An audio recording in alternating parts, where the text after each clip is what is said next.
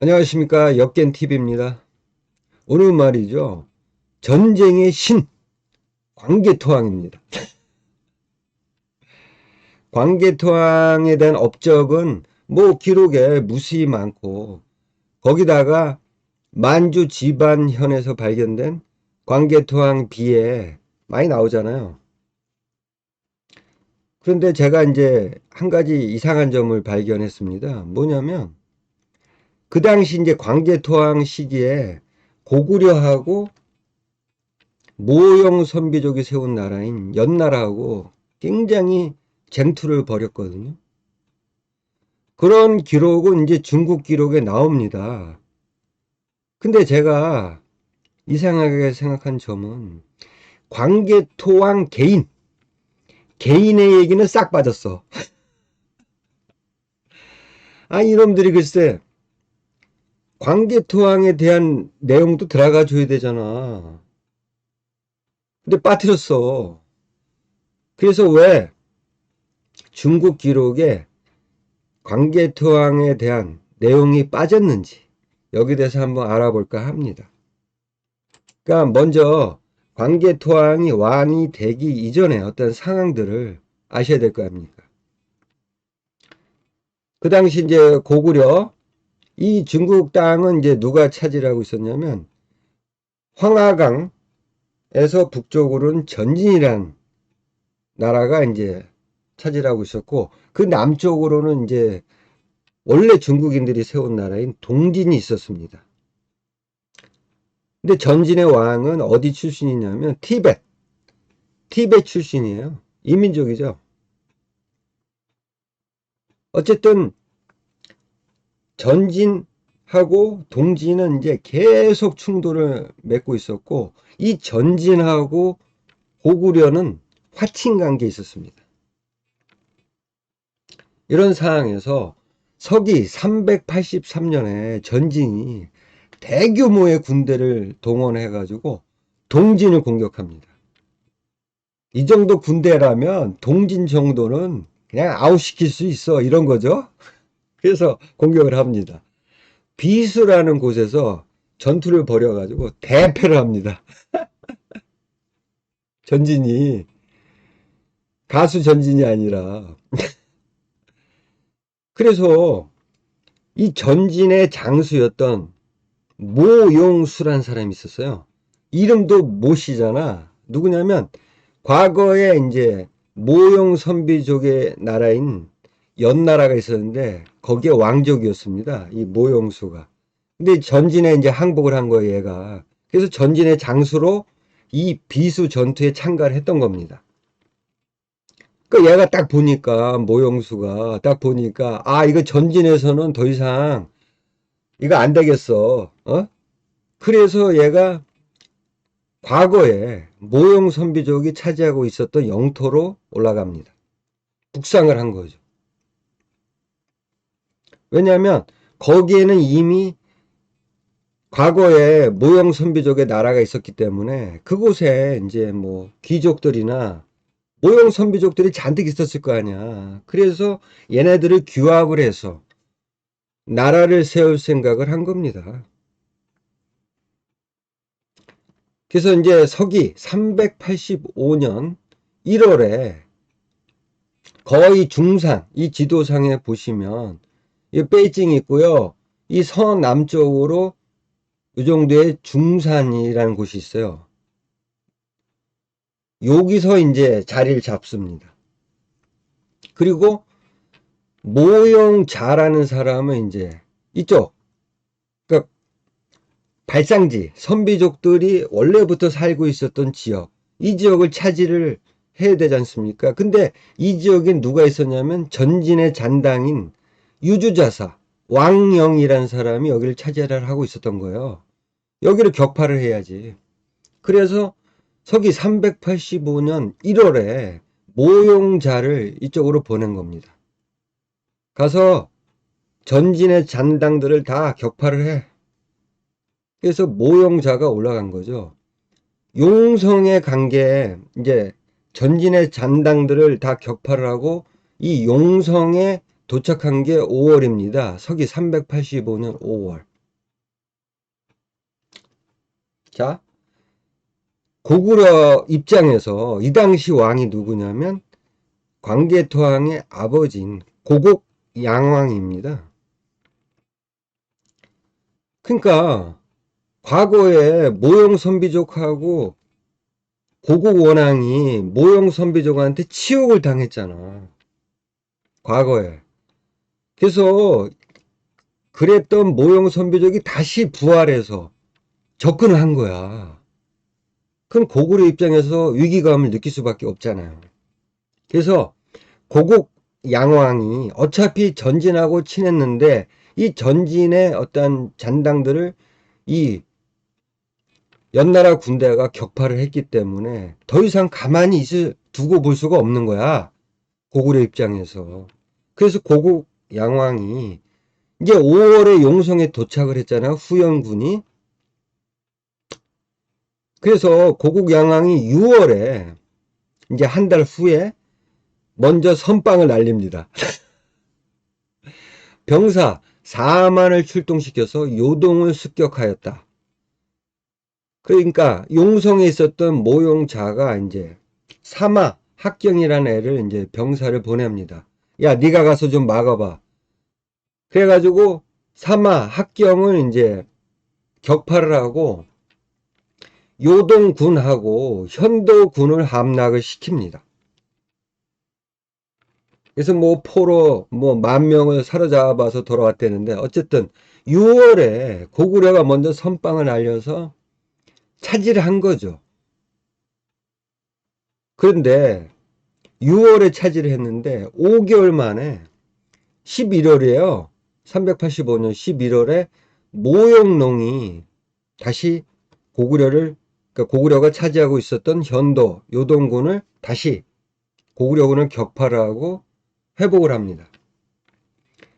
5개월만 함락을 한 거야. 좀 아쉬워. 이 고국 양왕이 고국 원왕의 아들이거든요. 둘째 아들입니다. 첫째 아들이 누구냐면 소수림 왕이에요. 이게 소수림 왕이나 고국 양왕이 이게 백제를 공격을 할 때는 좀 뭔가 성과를 냈었는데 이 선비족들 상대로는 좀 약했어. 아니 5개월 만에 뺏기냐고. 어떻게 했길래. 참. 어쨌든 이렇게 다시 후연이 과거에 차지하고 있었던 땅을 영토를 회복을 합니다. 그래서 이제 영토를 회복을 했으니까 이제 왕을 칭해야지 모영수가. 그래서 서기 386년에 모영수가 이 중산 있잖아요. 중산에서 이제 후연을 건국합니다. 나라를 만든 거야. 이때 서북방에 누가 있었냐면 같은 선비족 계열인 탁발씨가 있었어요. 탁발씨가. 얘네들도 나라를 건설했네.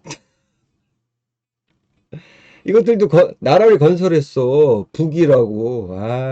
참. 그러니까 점진이 무너지니까 이제 뭐 선비족들이 다시 득세를 한 거죠. 자, 그러다가 이제 고국 양왕이 먼저 선빵을 날렸는데 당했잖아. 그래서 이제 선비족들은 놔두고 어디 공격에 집중을 했냐면 백제 공격에 집중을 합니다. 고국 양왕이. 고국 양왕. 고국 양왕의 아들이 이제 광개토왕이죠. 근데 이 광개토왕을 백제 공격에 선봉장으로 보냅니다. 태자로 삼고. 자기는 못하니까. 참 고국 양왕. 그래서 광개토왕이 백제 공격에 선봉장이 돼서 완전히 그냥 밀어붙입니다. 그러다가 이 광개토왕은 전쟁의 신이잖아. 그래서 백제를 접수하려면 신라를 좀 후원 세력으로 좀 만들어야겠다. 이래서 서기 392년에 신라의 사신을 보내서 이제 우호를 약속했다고 하는데, 무슨 우호를 약속해. 볼모를 보내라고 했겠지. 그래서 신라 왕이 이제 실성이라는 사람을 이제 볼모로 보내줍니다. 그 이제 신라가 백제랑 짝짝꿍 돼 있다가 배신을 때리고 고구려에 붙은 거야. 신라가 머리가 좋잖아. 여기 붙었다가 저기 붙었다가. 어쨌든 이제 신라를 후원 세력으로 삼고, 이 공은 누구였었냐면 제가 볼 때는 광개토왕입니다. 왜냐면 백제 공격을 해야만 되잖아. 광개토왕은.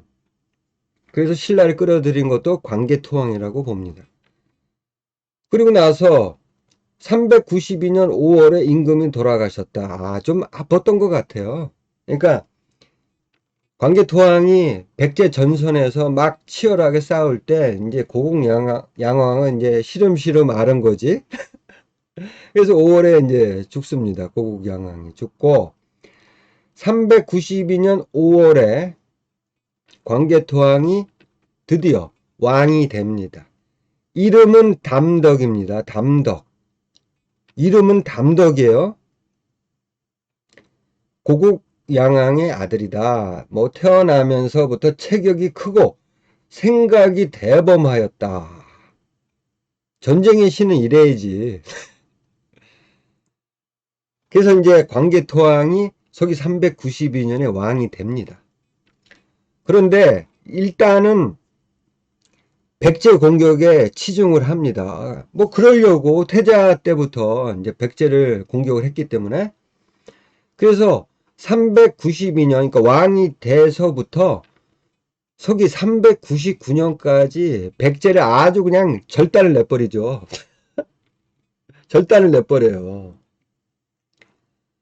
그래서 어느 정도 마무리를 짓습니다. 백제 공격은. 그럼 이제 백제는 어느 정도 마무리가 됐어. 자, 그러면 광개토왕은 전쟁의 신이잖아. 이제 표적을 바꿔야지. 백제는 어느 정도 이제 눌러놨으니까 이제 표적을 어느 쪽으로 바꿔야 됩니까? 바로 모용 선비족이죠. 연나라. 근데 이 연나라는 바빴어. 그러니까 고구려가 광개토왕이 백제를 칠 동안 이 연나라 후연은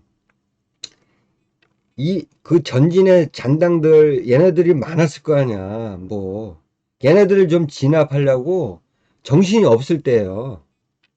그리고 그 서북방에 있었던 북이 있잖아. 탁발시가 세운 나라 북이도 북이 어떤 영토 내에 어떤 그 뭐 많이 섞였거든. 뭐 흉노족, 뭐 강족, 뭐 아무튼 얘네들 또 통합을 해야 되잖아. 바빴어 북이도.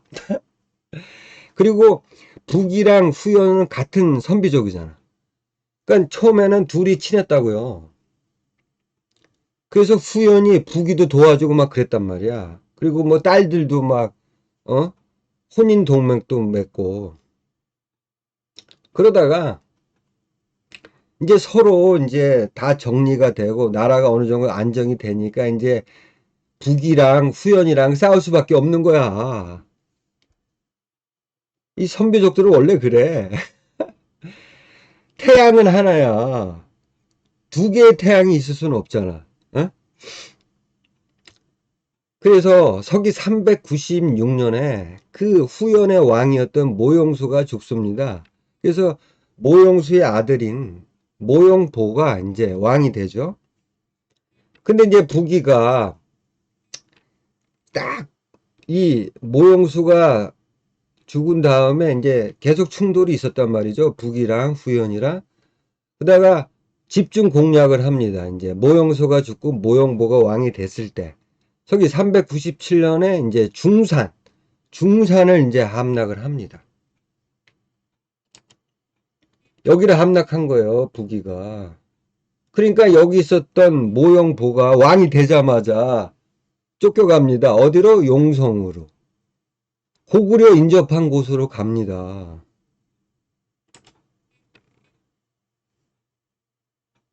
그 천도를 하고, 그러니까 용성으로 천도한 다음에, 이게 모형보가 이제 북위를 공격을 해야 되잖아. 그래서 이제 군대를 동원시켜가지고 이제 북위를 공격하려고 이제 지금의 베이징 쪽으로 이제 내려왔다가 반란이 터져요.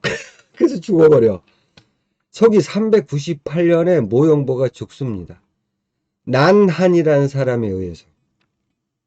근데 이거를 누가 이 반란을 진압을 하냐면 모형보의 장남이었던 모형성이가 진압을 합니다.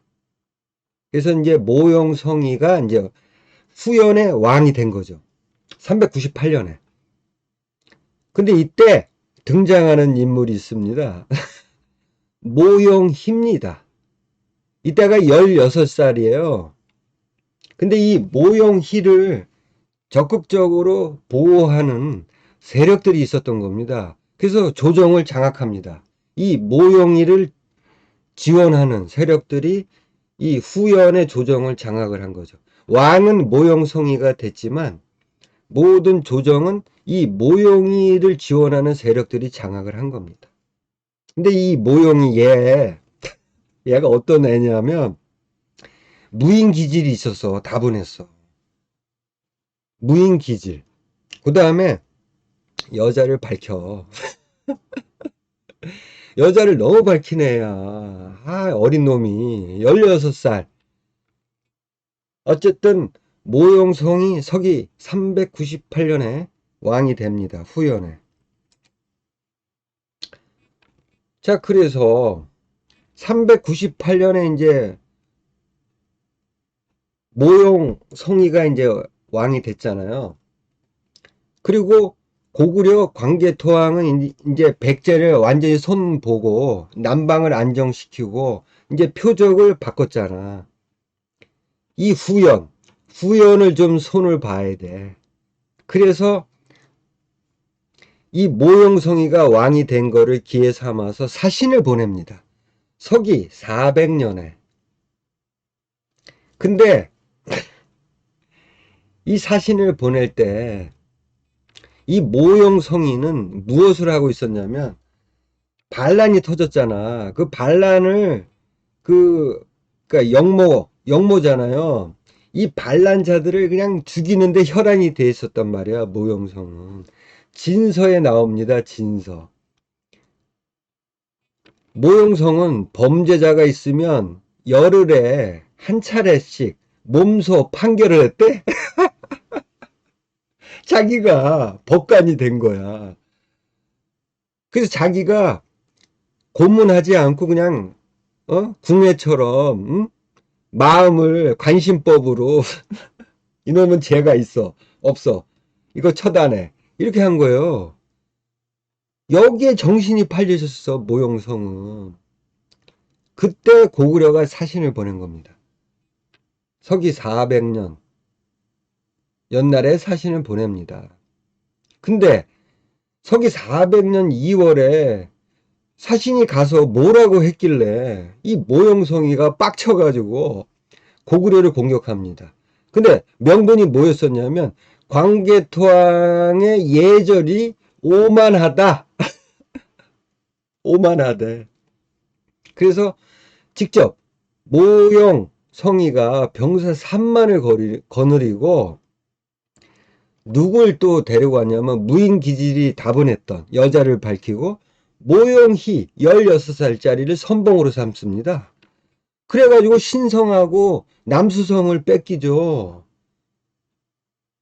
그러니까 먼저 당한 거야. 그러니까 제가 볼 때는 이때 400년에 광개토왕이 사신을 보냈던 이유는 이제 뭔가를 이 모형성한테 얘기를 했던 거야. 이제 그 내용을 제가 이렇게 곰곰이 생각을 해보면 두 가지 같아요. 첫째는 일단 백제를 손보고 표적을 이제 모형선비적인 후연으로 돌렸잖아. 그러면 뭔가 이 고구려는요, 타민족을 공격을 하려면 뭔가 명분이 있어야 돼. 명분을 만들어야 된단 말이야. 그래서 사신을 보낸 거야. 제가 볼 때는 모형성이를 좀 자극을 해야겠다.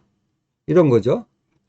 제가 볼 때는 국경 문제, 그 다음에 거란족 문제를 아마도 모용성한테 얘기를 했던 것 같아. 그러니까 오만하대잖아. 사신이 가서 광개토왕의 생각을 이제 모용성한테 얘기를 한 거야. 당신들 말이야, 우리가 옛날에 뺏었던 요동군, 현도군 요거 국경선 좀 다시 조정을 해야겠어. 뭐 이런 거 아니면 북방의 거란족들 좀 관리 좀 잘해봐. 얘네들 좀 이런 거죠. 제가 볼 때는. 그래서 자극을 합니다. 그러니까 오만하다고 직접 뚜껑이 열려서 고구려를 공격한 거죠. 근데 광개토왕이 이렇게 갑작스럽게 공격하리라고는 생각지 못했던 것 같아요. 그래서 당합니다. 일단은 신성하고 남수성을 뺏겼는데 금방 돌아가요. 그러니까 고구려를 공격했던 어느 누구도 오래 있을 수가 없어. 고구려는 오래 있을 수가 없습니다. 돌아가야 돼요. 그런 상황입니다. 근데 여기서 이제 그 진서에 나오는 이제 사신을 보낼 때 고구려 왕 이름이 나옵니다. 고구려 왕 안이 사신을 파견했다고 나오죠. 안이 누굽니까? 안. 광개토왕 이름은 담덕이잖아. 근데 진서에서는 안이래, 안. 안은 누굽니까? 안장왕이죠. 한 서기 500년 이후에 사람이죠. 이때는 400년이잖아. 엉망이야, 진서, 이거. 그러니까 이름을 밝히지를 않은 거예요. 담덕이지, 담덕.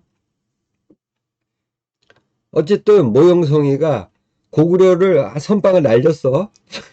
그리고 나서 그 이듬해 반란이 터집니다. 죄송합니다. 왜냐하면 이 모영성이가 맨날 사람 잡아다 놓고 지가 법관이 돼가지고 막 사람 쳐 죽이고 그랬단 말이야. 거기다가 불필요한 전쟁까지 일으켰잖아. 고구려 공격해가지고. 그래가지고 못 사겠다 이래가지고 이제 반란이 터집니다. 그래서 모용희, 그러니까 여자를 밝히고 무인 기질이 있었던 17살짜리 모용희가 왕이 된 거예요. 서기 401년에. 자, 고구려 입장에서는, 광개토왕 입장에서는 준비를 했겠죠? 이거 손 봐야 돼. 그래서 400년도에 한방 선빵을 맞았잖아, 광개토왕이. 그래서 준비를 했겠죠. 근데 모용성이를 쳐주게 되는데 이 모용성이가 자진해서 죽었어. 반란으로. 그리고 17살인 모용희가 이제 즉위를 했단 말이야. 근데 얘는 이 전쟁에는 관심이 없고 여자에 관심을 두는 애야. 그래가지고 그 전진의 황족의 딸인 부시 형제들을 갖다가 두 명을 동시에 왕비로 드립니다. 이 어린 것이. 그래가지고 그 둘째 왕비인 훈영이라는 이 여자한테 홀딱 빠져가지고 뭐 정치고 나발이고 전쟁이고 관심 없어 얘는. 여자한테 빠져가지고. 그러니까 광개토왕이 가만히 있겠습니까? 이 좋은 기회를 놓치질 않죠. 그래서 서기 402년에 공격을 합니다. 그래서 연나라 숙군성을 함락시킵니다. 그래서 숙군성의 성주인 모용귀가 도망가죠. 근데 이 모용귀가 어떤 관직을 갖고 있었냐면 평주 자사입니다. 그러면 이 숙군성이 도대체 어디 있는 건지 모르겠지만 평주 지역 내에 있다고 생각이 들잖아요. 왜냐하면 이 숙군 성주가 모용귀야. 근데 모용귀가 갖고 있었던 관직은 평주 자사야. 그러니까 평주의 어떤 중심이라는 겁니다. 그래서 제가 볼 때 이 숙군성은 요동군 내에 있질 않았을까? 저는 이런 생각을 가집니다. 숙군성은 요동군 내에 있질 않았을까라는 생각입니다. 왜냐하면 평주에는 뭐 여러 군현이 있잖아요. 그 중에서 요동군이 군현이었으니까 그곳에 요동군의 숙군성이 있다고 보는 거죠. 그러니까 요동군을 다시 공격을 한 거야. 그래서 요동군의 중심성인 숙군성을 함락을 시킨 겁니다. 402년에. 그리고 403년에 이 숙군성을 요동군을 기반으로 계속 공격을 한 겁니다. 그러니까 여자에 팔려 있었던 이 모용이, 이 어린애, 얘가 이제 계속 얻어맞다가 서기 405년에 이러면 안 되겠다. 이래가지고 이제 군대를 동원해서 처음으로 고구려를 공격을 합니다. 어디를? 요동성을 공격합니다. 근데 누굴 데려왔느냐? 아, 진짜 어이가 없어, 어이가. 전쟁터에 누굴 데려왔겠냐고. 자기가 그냥 애지중지하는 그 왕비 있잖아. 전진 황족의 딸인 부훈영의를 데리고 옵니다. 전쟁터에 왕비를 데려왔다는 건 뭡니까? 이게 전쟁을 하러 온 놈의 어떤 행동이냐고. 아, 참 어려서 그래요, 어려서. 그러니까 서기 405년에 요동성을 공격하러 왔는데 이건 보여주기식이잖아. 그게 어떻게 됐겠냐고. 여기서 대패했지 뭐. 요동성이 대패한 거야. 그리고 돌아갑니다. 근데 숙군성에서 이 고구려군이 철수를 했는지 아니면 계속 그 숙군성을 함락을 하고 있었는지 여부는 모르겠지만 제가 볼 때는 요동군 내에 고구려군이 계속 주둔을 했다고 봅니다. 저는. 어쨌든 이 모용희가 보여주기 식의 어떤 공격을 한 차례 했잖아. 그러면 광개토왕이 가만 냅두겠냐고. 공격을 해야지.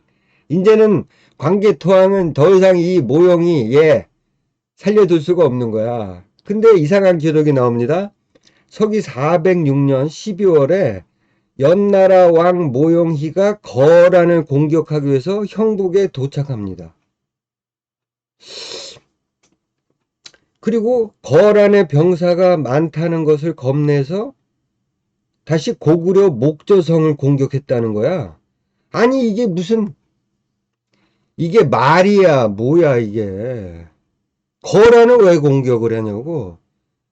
제가 볼 때는요. 거란을 공격하려고 올라갔던 것이 아니라 고구려의 어떤 눈을 피하기 위해서 거란을 공격하는 것처럼 올라가 북상을 했다가 고구려를 친 겁니다. 아시겠죠? 그래서 광개토왕이 이제 모용이를 잡으러 갑니다. 근데 기록에는 안 나와요. 407년의 기록이 없습니다. 광개토왕이 모용이를 잡으러 간 그 공격 기록은 나오지가 않아요. 어디 나오냐면 광개토왕 비문에 나옵니다. 서기 407년에 광개토왕의 명령으로 보군과 마군, 그러니까 보기병이죠. 5만 명을 파견을 합니다. 이제 쑥대밭을 만들려는 거죠. 이제 후연을. 합전해서 모조리 살상하여 분쇄하였다. 노획한 갑옷이 만여벌. 뭐 그 밖에 군수 물자는 헤아릴 수 없이 많았다라는 내용입니다. 이 기록은요, 뭐 일설에는 무슨 백제를 친 거 아니냐. 아니죠. 407년이면요 이미 백제는 깨갱깽하고 그냥 얌전히 있을 때야. 백제를 칠 이유가 없어서 이때 공격한 대상은 후연입니다. 후연. 쑥대밭을 만든 거야. 407년에. 이때 모영이가 항복을 했다고 저는 봅니다. 항복을 했다고 봐요. 뭐 기록에는 안 나오지만. 그러니까 뭐 기록상으로는 서기 407년에 이제 뭐 부시 그 부후영이라는 애가 이제 죽었나 봐. 그래가지고 뭐 이 모용희가 뭐 얘 무덤을 만들고 막 이런 틈을 이용해서 한족인 그 중국인인 풍바리가 이 모용희를 죽여버립니다. 이런 기록만 있는 거예요. 그리고 이 풍바리가 자기가 죽였으면 자기가 왕이 되면 되잖아. 근데 누굴 왕으로 세우냐면 고구려 개, 그러니까 아버지가 고구려 사람이라 이제 고구려 개죠. 모용운이라는 사람을 왕으로 세웁니다. 허수아비지 뭐 핫바지로 왕을 세운 거야. 풍벌이가 머리가 좋은 거지. 고구려가 지금 이 후연에 도성까지 이르렀잖아. 그리고 모용이가 분명하게 항복을 했을 거라고. 그러니까 고구려 눈치를 볼 수밖에 없는 거잖아. 이 후연 왕인 모용이가 항복을 했다는 것은 이 후연은 고구려의 어떤 고구려의 뭐 복속이 됐다 이렇게 볼 수가 있는 겁니다. 그러니까 머리 좋은 풍바리가 고구려 개인 모용운을 왕으로 세운 거죠. 이렇게 된 거예요. 그러니까 모용운이 누구냐면 옛날에 그 후연의 왕이었던 모용보의 태자 동궁시로 있다가 이제 모용회란 사람의 반란을 진압한 공으로 이 모용보가 양자로 삼습니다. 야, 너 내 곁에 있어. 이래가지고 양자를 삼은 애요. 이제 뭐 말이 고구려 사람이지. 이건 뭐 거의 선비족 아니겠습니까? 어쨌든 아버지가 이제 고구려 사람이니까. 얘가 뭐 이 모영운이라는 애가 고구려에 대해서 관심이 없었던 거야. 그냥 아버지가 고구려 사람이니까 뭐 고구려 개라고 한 거지. 어쨌든 고구려의 어떤 항복을 했기 때문에 풍바리가 고구려 사람은 이제 왕으로 세웠죠. 핫바지로. 그러니까 광개토왕이 이제 뭐 더 이상 후연을 공격할 이유가 없는 거죠. 왜? 이미 어떤 항복을 임시적인 항복이지만 어쨌든 항복을 받았고 그 다음에 이 후연에서 고구려 사람인 모영운을 왕으로 세웠잖아. 더 이상 공격할 이유가 없는 거죠. 그래서 고구려는요 관례상 타민족 영토를 뺏어가지고 그 땅을 차지한 적은 한 번도 없습니다. 관례가 그래요. 고구려는. 왜 그런지 모르겠어 저도. 어쨌든 그래서 이제 서기 408년에 북연에 사신을 보내서 같은 종족으로서 예를 베풀었다. 이런 내용이 나옵니다. 자, 여기서 이 얘기를 자세히 보십시오. 이거 뭐냐면 이 뜻이 뭐냐면 예를 베풀었다. 이게 뭡니까? 너희는 이제 앞으로 고구려의 신하야. 이겁니다. 그러니까 모영운이가 이발을 보내서 답례하였다. 예, 알겠습니다, 형님. 이렇게 된 거예요. 북연은 고구려의 자치지역이었던 겁니다. 아시겠습니까? 이 당시. 그리고 이제 풍바리가 핫바지 왕으로 세워놨잖아. 이 모영운을. 그리고 죽여버려. 서기 409년에. 그러니까 고구려하고 어떤 거의 뭐 복속 의식이죠.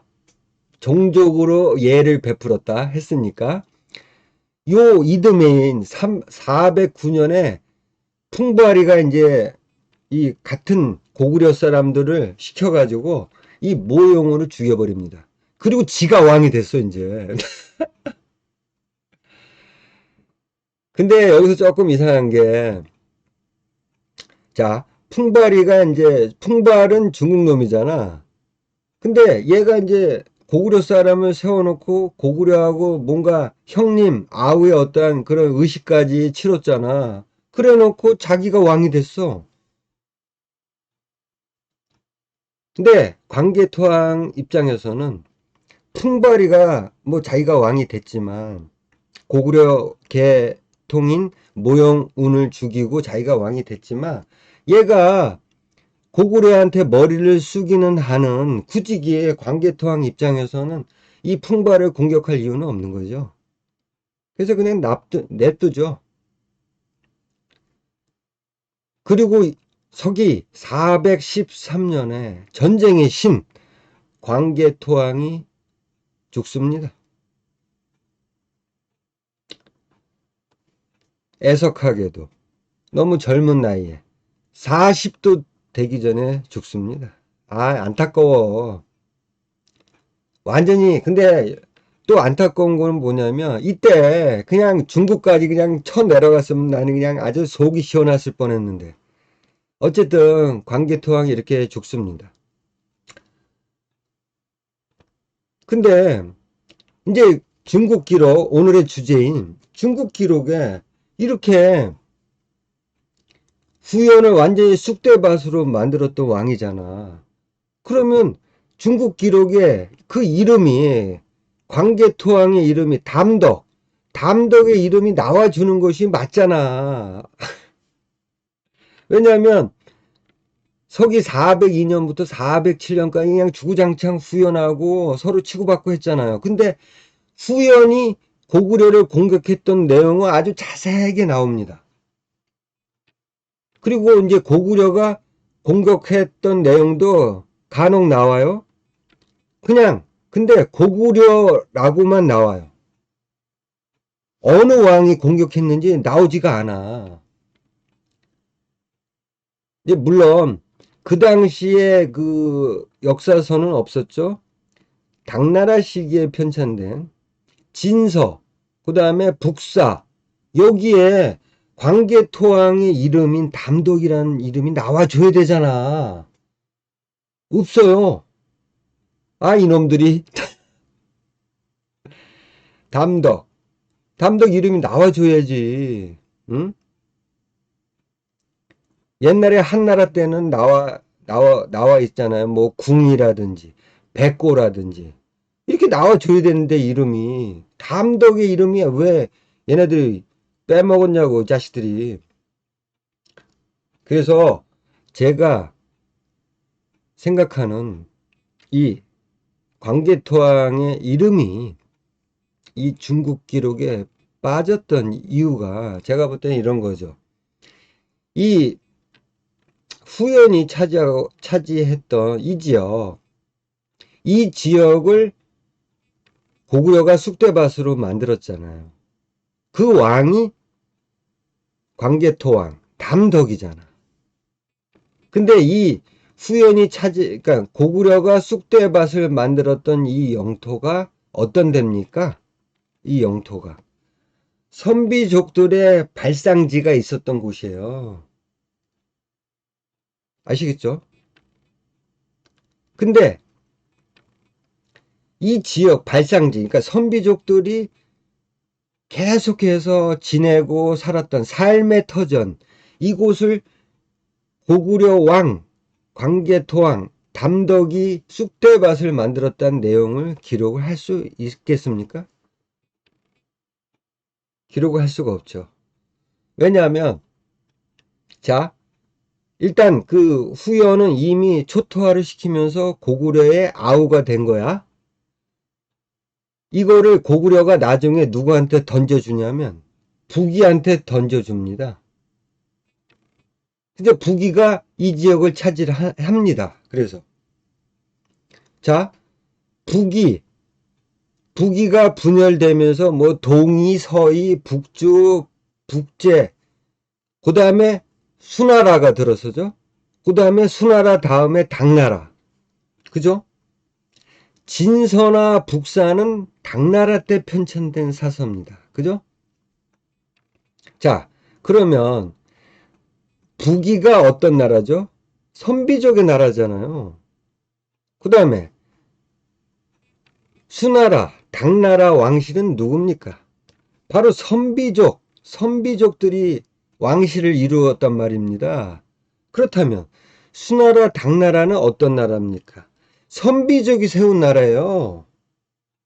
근데 그랬던 선비족이 세운 나라인 당나라 시기에 이 내용, 자기의 어떠한 그 발상지 같은 영토를 쑥대밭으로 만들었던 광개토왕 담덕의 이름을 기록에 남기겠냐고? 못 남기지?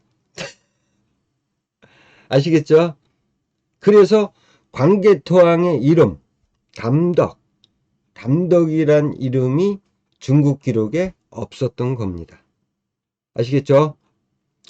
다음에 또 좋은 내용으로 찾아뵙겠습니다. 감사합니다.